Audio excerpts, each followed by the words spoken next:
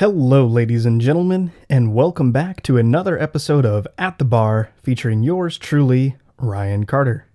This week, we're doing a different take on a cocktail.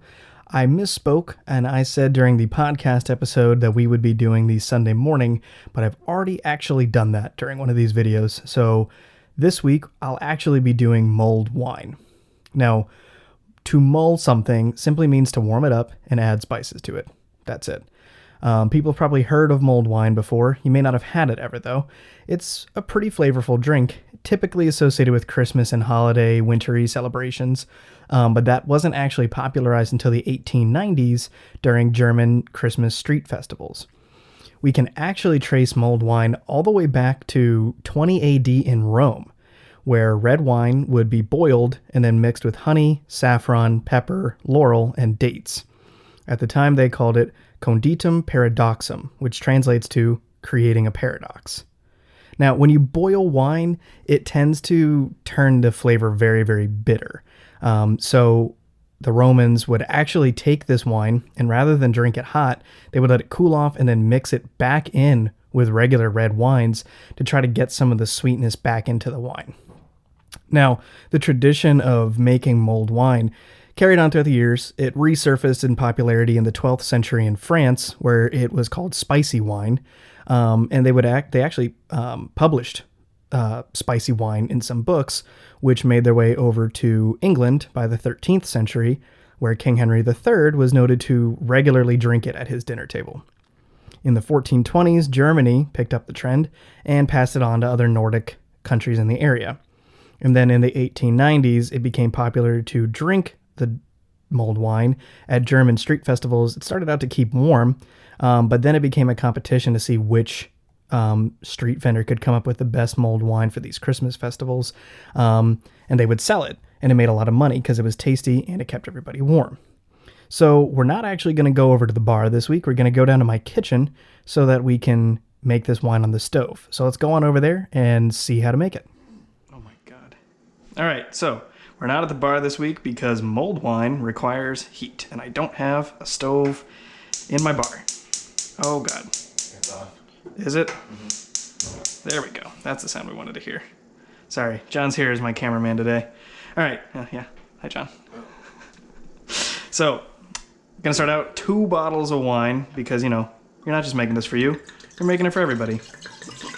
Oh, yeah. So much wine. Now you want to make sure your stove's on low when you're doing this because you don't want to boil the wine. As we learned from the Romans, boiling wine makes it taste bad. At least after it's been made. You don't need to get expensive wine for this because you're mixing it with everything, so we went ahead and got real cheap wine. Still going to taste pretty much the same. Alright, wine's in there. Now you're going to add your sugar, cup of sugar going on in there. Because we want to make sure it tastes nice and sweet. I'm going to grab a spoon really quick because I need to stir. All right. Thanks, Fana. All right, so we got sugar and wine, which sounds really gross, honestly. And then we're going to go ahead and add our orange slices in there. Now, the recipe, this is a traditional German Glühwein, so the recipe called for putting the cloves in the orange slices. I don't know if that changes the flavor or not, but I'm just going to add those on in there. Oh.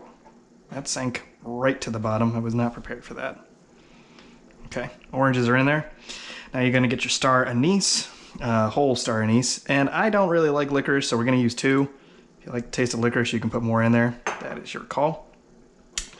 Then we're going to add our cinnamon sticks.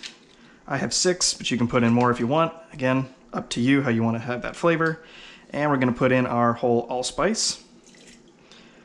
Perfect. It's kind of smelling like Thanksgiving, honestly. Even though it's kind of a traditionally more Christmassy time drink, it smells like Thanksgiving to me.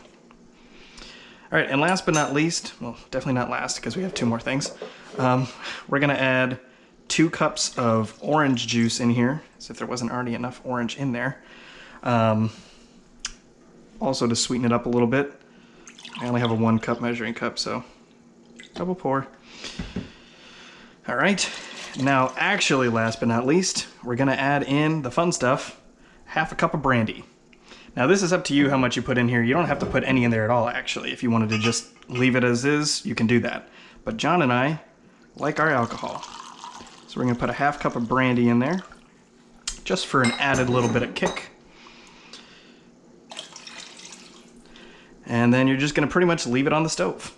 Make sure you stir it because you don't want to leave it and let it boil. So stir it every once in a while, and you're gonna leave it sit for 30 minutes. So we're gonna take a break and we'll come back when it's done.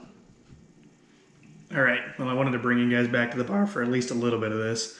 So after you finish mulling your wine, you can put it in whatever glass you want. I like to put mine in a mug because that way you don't have to touch a hot glass. But let's see how this traditional glühwein tastes.